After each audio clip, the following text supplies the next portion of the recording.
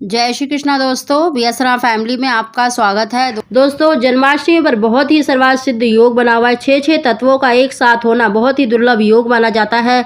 दोस्तों, जन्माष्टमी के दिन एक वस्तु का भोग लगाकर आपको अवश्य ग्रहण करना चाहिए। इस उपाय को गर्भवती स्त्रियां भी अवश्य करें तो उनको मन वांछित संतान की प्राप्ति होगी।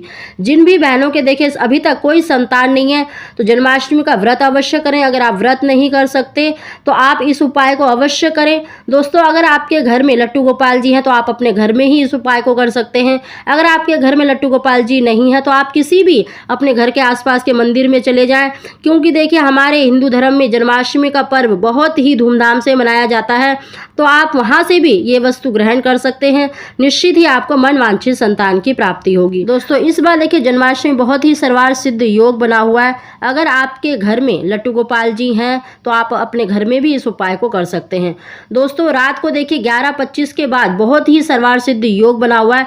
इस योग में जिन भी बहनों को देखिए संतान सुख की या मन वांछित संतान की इच्छा रखते हैं, यानी पुत्र की कामना रखते हैं, तो संतान गोपाल मंत्र का देवकी सुत गोविंदा वासुदेव जगतपते देहि में तनयन कृष्णा त्वाहम शरणम गता, इस मंत्र का अधिक से अधिक उच्चारण करना चाहिए। हो सके तो 12 बजे तक इस मंत्र का जाप करते रहें। अगर आप इस मंत्र का उच्चारण नहीं कर सकते तो आप ओम नमो भगवते वासुदेवाय मंत्र का उच्चारण कर सकते हैं। ओम क्लीम कृष्णाय नमः मंत्र का भी उच्चारण कर सकते हैं।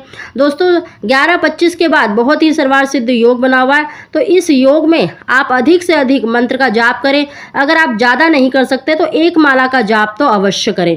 दोस्तों, देखिए 12 बजे भगवान कृष्ण का जन्म होता है और उनको स्नान कराया जाता है पंचामृत से, शुद्ध जल से, और उसके बाद उनको भोग लगाया जाता है। तो दोस्तों, अगर आपके घर में भी लट्टू गोपाल जी हैं तो आप उनको पंचामृत से अवश्य स्नान कराएं और स्नान कराते हुए ओम नमो भगवते वासुदेवाय मंत्र का भी उच्चारण करते जाएं और उसके बाद शुद्ध जल से उनको स्नान कराएं, स्वच्छ वस्त्र पहनाएं और उनको चंदन का तिलक अवश्य लगाएं, उनका श्रृंगार करें और उसके बाद उनको भोग अवश्य लगाएं। भोग में देखिए आपने जो भी वस्तु बनाई है, चाहे धनिया की पंजीरी बनाई है, खीर बनाया है, या फिर आप बाजार से लड्डू लाकर उनको भोग लगा रहे हैं तो लड्डू का भोग लगाएं, लेकिन साथ ही आपको देखिए खीरे का भोग अवश्य लगाना है। दोस्तों, इस दिन खीरे के भोग का बहुत अधिक महत्व माना जाता है कि माता यशोदा ने भी इस दिन खीरा खाया था। तो आपको खीरे के जो हम सलाद में यूज़ करते हैं वही खीरा लेना है और उसको छिलकर, उसको काटकर भगवान कृष्ण को भोग लगाएं। उसमें तुलसी अवश्य डालें।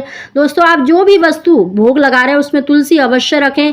उनको भोग लगाने के बाद देखिए, अगर आप गर्भवती हैं तब भी, अगर आप गर्भवती नहीं हैं, संतान सुख की इच्छा रखती हैं, तो आप सबसे पहले जो पंचामृत है, जो जिससे भगवान को स्नान कराया जाता है, उसको ग्रहण अवश्य करें और उसके बाद जो भी प्रसाद है वो तो आपको ग्रहण करना है, लेकिन खीरे को आपको अवश्य खाना है।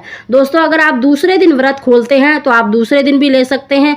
अगर आप 12 बजे के बाद अपने व्रत का पारण करते हैं तो आप सबसे पहले इन्हीं वस्तु को खाकर चरणामृत को, साथ ही प्रसाद, चाहे पंजीरी का हो, चाहे खीरे का हो, चाहे खीर बनाई है आपने, जो भी आपने भोग लगा रहे हैं उसको ग्रहण करें और साथ ही खीरे को आपको अवश्य ग्रहण करना है, आपको जरूर खाना है। निश्चित ही आपको देखिए मन वांछित संतान की प्राप्ति होगी। जो गर्भवती हैं वो भी अवश्य खाएं तो उनको निश्चित ही, मतलब पुत्र की इच्छा रखते हैं तो पुत्र की प्राप्ति अवश्य ही होगी। दोस्तों, अगर आपके घर में देखिए लट्टू गोपाल जी नहीं है तो आप पास के किसी भी मंदिर में चले जाएं, वहां पर आपको प्रसाद अवश्य मिल जाएगा और विशेष रूप से खीरे का प्रसाद आप अवश्य मांगे, क्योंकि हर मंदिर में देखिए खीरे का भोग अवश्य लगाया जाता है। इस दिन खीरे का बहुत अधिक महत्व माना जाता है। तो दोस्तों, अगर इस तरह से आप भगवान का पूजन करते हैं, उनको ये भोग लगाते हैं और स्वयं भी उन्हीं से को खाकर अपना पारण करते हैं व्रत का, तो निश्चित ही आपको मन वांछित संतान की प्राप्ति होगी। दोस्तों, अगर आपको हमारी जानकारी वीडियो पसंद आई हो तो इसको लाइक अवश्य ही करें।